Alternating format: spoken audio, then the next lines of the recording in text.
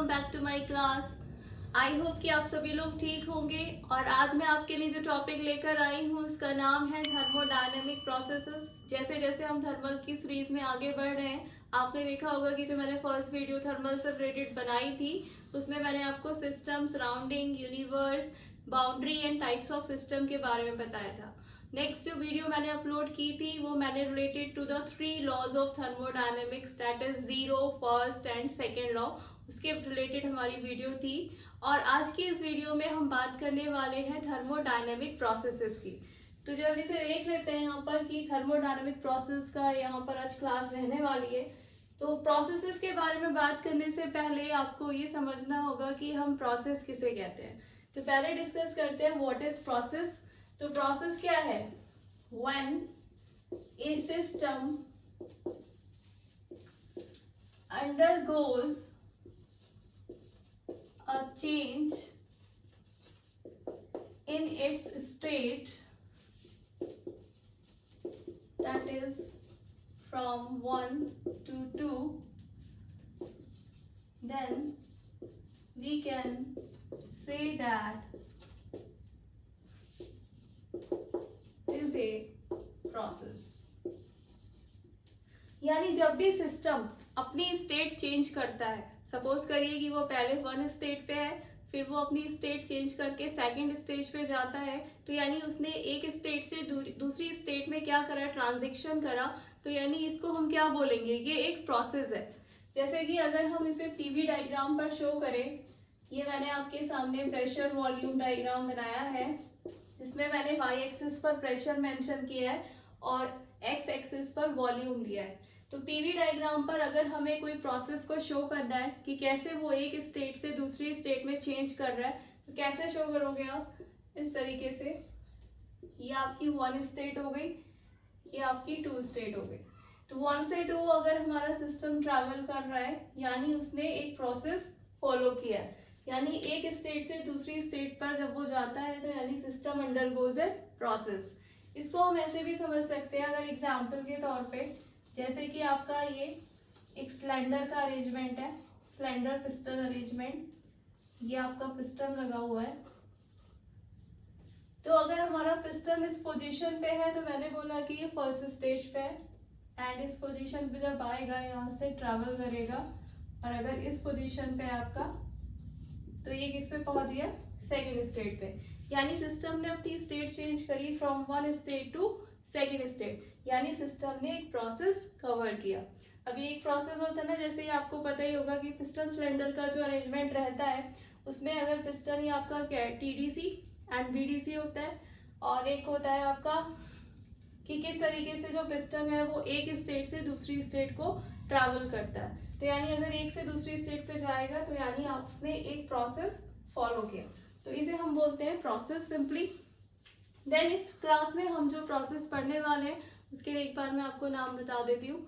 सबसे पहला हमारा रहेगा कांस्टेंट वॉल्यूम प्रोसेस, जिसको हम आइसोकोरिक प्रोसेस के नाम से भी जानते हैं। दूसरा हम डिस्कस करने वाले हैं कांस्टेंट प्रेशर प्रोसेस, जिसे हम आइसोबैरिक के नाम से जानते हैं। तीसरा आपका है आइसोथर्मल प्रोसेस, जिसे आप क्या बोलते हैं, कांस्टेंट टेम्परेचर प्रोसेस भी बोलते हैं। नेक्स्ट आपका रहेगा एडियाबैटिक प्रोसेस, उसके बाद हम पढ़ने वाले हैं polytropic process, then free expansion process, then throttling process, and last hyperbolic process. ठीक है, तो ये सारे टॉपिक्स हम इस वीडियो में डिस्कस करेंगे। जितने कवर हो पाएंगे उसमें इसमें करते हैं, और अगर नहीं कवर हो पाते हैं तो उसमें आगे इन वीडियो की सीरीज चलती रहेगी। तो अब हम बात कर लेते हैं कि प्रोसेस हम स्टार्ट करते हैं। मैंने आपको सिंपली प्रोसेस बता दिया है कि प्रोसेस किसे कहते हैं, एक बार और बता देती हूँ। प्रोसेस क्या है, जब भी सिस्टम एक स्टेट से दूसरी स्टेट पर ट्रैवल करेगा, यानी उसने 1 स्टेट से दूसरी स्टेट क्या है, चेंज करी अपनी, तो यानी उसने एक प्रोसेस को फॉलो किया, इसे हम बोलते हैं प्रोसेस। मैंने आपको ये पीवी डायग्राम पर भी प्रोसेस शो कर दिया है। फर्स्ट प्रोसेस है आपका कांस्टेंट वॉल्यूम प्रोसेस। सबसे पहले हम कांस्टेंट वॉल्यूम प्रोसेस पढ़ेंगे, और इसका दूसरा नाम है आपका isochoric process. Constant volume process and isochoric process, इसी का दूसरा नाम है। तो सबसे पहले इसका हम डिस्कशन करने से पहले मैं ये बता दूं कि कांस्टेंट वॉल्यूम प्रोसेस एक ऐसा प्रोसेस होता है जिसपे हमारा जो वॉल्यूम है वो कांस्टेंट रहता है। आप इसको आइसोकोरिक भी बोल सकते हैं। अगर आपसे कोई क्वेश्चन पूछता है कि व्हाट इज आइसोकोरिक प्रोसेस, तो आपका आंसर क्या होना चाहिए? Process in which volume remain constant is called isochoric process. यानी ऐसा प्रोसेस जिसमें वॉल्यूम जो है वो कांस्टेंट रहेगा, उसको हम बोलते हैं आइसोकोरिक प्रोसेस। मैं इसका पीवी और टीएस डायग्राम बनाती हूँ, उसके बाद हम आगे डिस्कस करेंगे।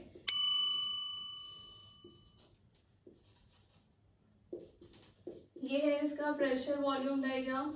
अब मुझे पीवी डायग्राम पे कांस्टेंट वॉल्यूम प्रोसेस को शो करना है, तो कैसे करेंगे?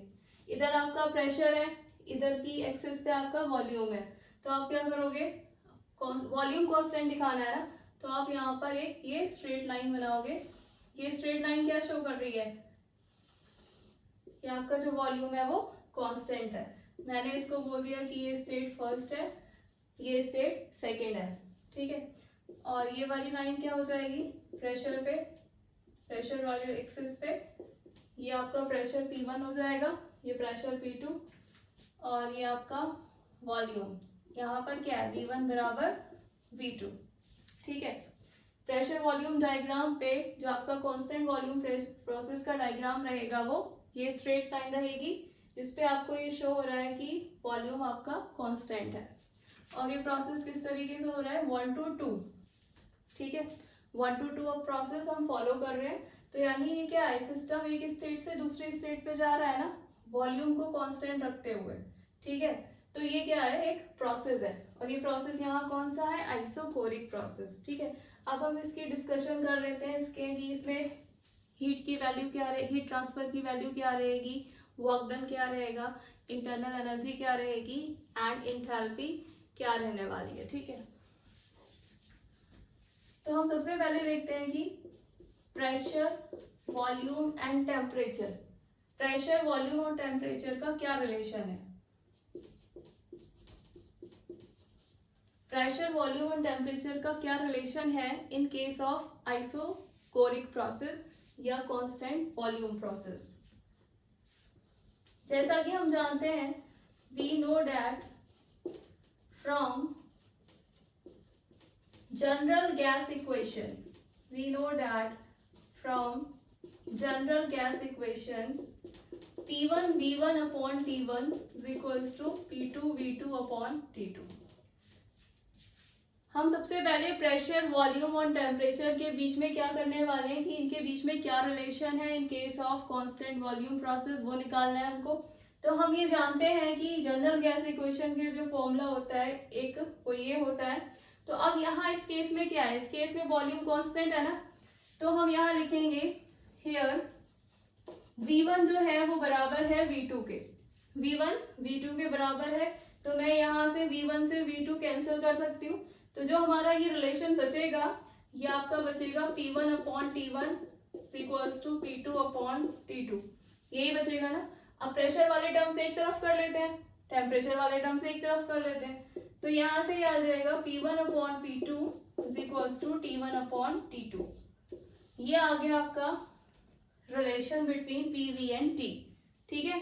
ये आपका पहला पार्ट इसमें सॉल्व हो गया। अब हम बात करेंगे वर्क डन की, कि कांस्टेंट वॉल्यूम प्रोसेस में वर्क डन कैसे फाइंड आउट करते हैं। आप सभी को पता है we have dW is equals to PdV। Work done क्या होता है? W is equals to PdV, यही होता है ना, dW is equals to PdV work done का फॉर्मूला होता है। अब हम वर्क डन कैसे फाइंड आउट करेंगे? यहाँ पर आपका ये प्रोसेस है, ठीक है। तो हम यहाँ क्या करेंगे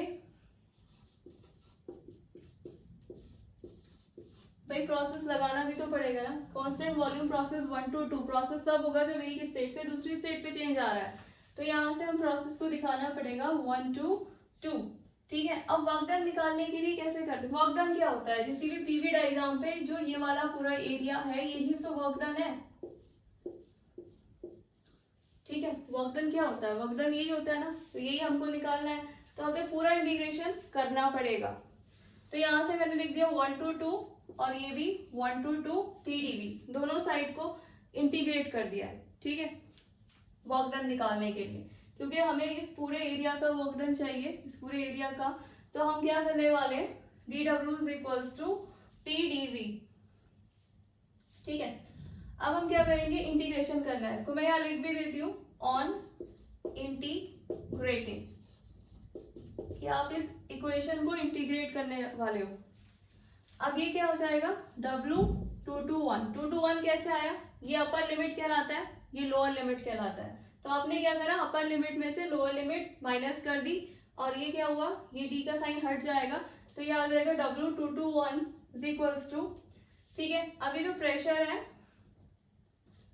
ये हम ऐसे लिख सकते हैं V2 माइनस V1। ठीक है, इस पे मैंने dV पे लगा दिया, तो ये आ जाएगा P V2 minus V1। But हमें पता है कि for constant volume process, constant volume process के लिए वॉल्यूम कांस्टेंट है, यानी V1 बराबर V2 है। तो जब मैं ये वैल्यू यहाँ पुट करूंगी तो ये क्या आ जाएगा, W 2 to 1 is equals to 0, because ये दोनों बराबर है। तो ये क्या बन जाएगी, इक्वेशन 0। यानी हमें ये पता चलता है कि इन case of constant volume process work done is 0। ठीक है, प्रेशर वॉल्यूम का रिलेशन, प्रेशर वॉल्यूम और टेम्परेचर का रिलेशन आपको पता चल गया। भाई कांस्टेंट वॉल्यूम प्रोसेस है तो वॉल्यूम को ही तो हम रिमूव करेंगे, यहाँ पर आपको P और T में रिलेशनशिप पता चल गई। फिर नेक्स्ट आपने क्या करा, वर्क डन निकाल लिया। तो वर्क डन के लिए पूरा एरिया कंसिडर करना पड़ेगा। ठीक है, तो आपने क्या करा, वर्क डन जब निकाला कांस्टेंट वॉल्यूम प्रोसेस के लिए, तो वर्क डन कितना आ गया आपका, 0। ठीक है, अब बात करते हैं, नेक्स्ट है internal energy.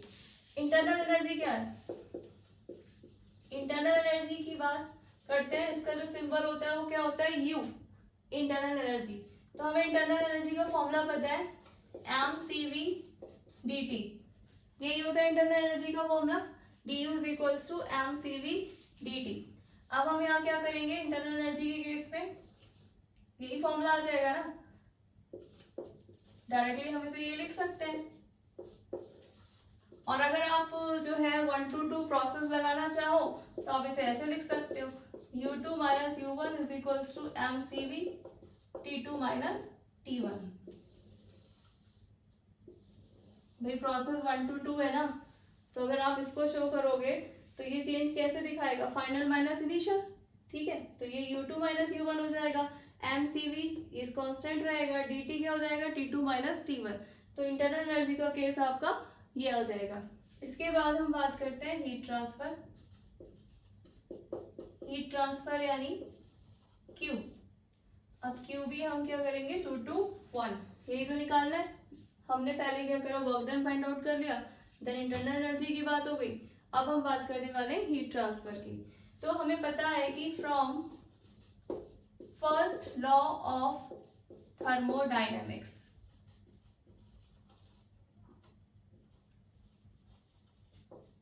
First law of thermodynamics के according dq is equals to dw plus du, ये इक्वेशन होती है फर्स्ट लॉ ऑफ थर्मोडायनेमिक्स के अकॉर्डिंग। अब हमें यहाँ पता है कि वर्क डन हम पहले ही निकाल चुके हैं, वर्क डन हमारा 0 होता है in case of constant volume process. तो वर्क डन 0 हो गया, तो यहाँ से जो dq है वो किसके बराबर आ गया, du के। यानी जो हीट ट्रांसफर का ये Q 2 to 1 जो आएगा वो क्या आ जाएगा, U2 माइनस U1, और U2 माइनस U1 यहाँ लिखा हुआ है, तो Q 2 to 1 is equals to mCV T2 minus T1, ये इक्वेशन आ जाएगी। ठीक है, तो ये आपका आ गया heat transfer in case of constant volume process. और इसमें लास्ट हमारा रह जाता है इंथैल्पी, एक छोटा सा टर्म और है। तो इंथैल्पी के लिए जो इक्वेशन लिखनी है वो भी एक बार देख लेते हैं। यहाँ बता देती हूँ मैं, इंथैल्पी क्या होती है, H से डिनोट करते हैं। ठीक है, और H का फॉर्मूला हमें पता है, H is equals to U plus PV, H is equals to U plus PV, यही होता है। अब PV क्या है, PV आपका वर्क है, ये 0 हो गया। Work done in case of constant volume process क्या शो करा, अभी हमें अभी निकाला था ना कि वर्क डन जो है वो कांस्टेंट वॉल्यूम प्रोसेस में क्या होता है, 0 होता है। और PV आपका वर्क ही तो होता है, W is equal to P into V, तो ये पोर्शन 0 हो गया। तो H2 माइनस H1 जो है वो किसके बराबर हो गया, U2 माइनस U1 के। ठीक है, ये होता है आपका इंथैल्पी का रिलेशन। और U2 माइनस U1 आपको पता ही है, U2 माइनस U1 किसका है, MCV T2 माइनस T1, यानी H2 minus H1 equals to MCV T2 minus T1। यही आपकी रिलेशनशिप आ जाएगी। तो यानी हमने इस वीडियो में देखा कि कांस्टेंट वॉल्यूम प्रोसेस यानी आइसोकोरिक प्रोसेस के केस में प्रेशर, वॉल्यूम और टेम्परेचर के बीच में क्या रिलेशन निकल कर आता है, इसके बाद वर्क डन का क्या फॉर्मूला आता है, देन आपका इंटरनल एनर्जी क्या निकलने वाली है, फिर आपका हीट ट्रांसफर और लास्ट में आपका इंथैल्पी। तो इस पूरे प्रोसेस के केस में मैंने आपको सारी डिटेल्स जो है वो निकलवा दी है। इसी के साथ हम जो नेक्स्ट प्रोसेस अपना डिस्कस करेंगे वो नेक्स्ट वीडियो में करेंगे, जो आपका रहेगा आइसोबैरिक। तो जब तक के लिए आप मेरी वीडियो का वेट कीजिएगा और मेरे वीडियो के साथ बने रहें, मेरे चैनल को सब्सक्राइब करें, वीडियोस को लाइक करें। Thank you.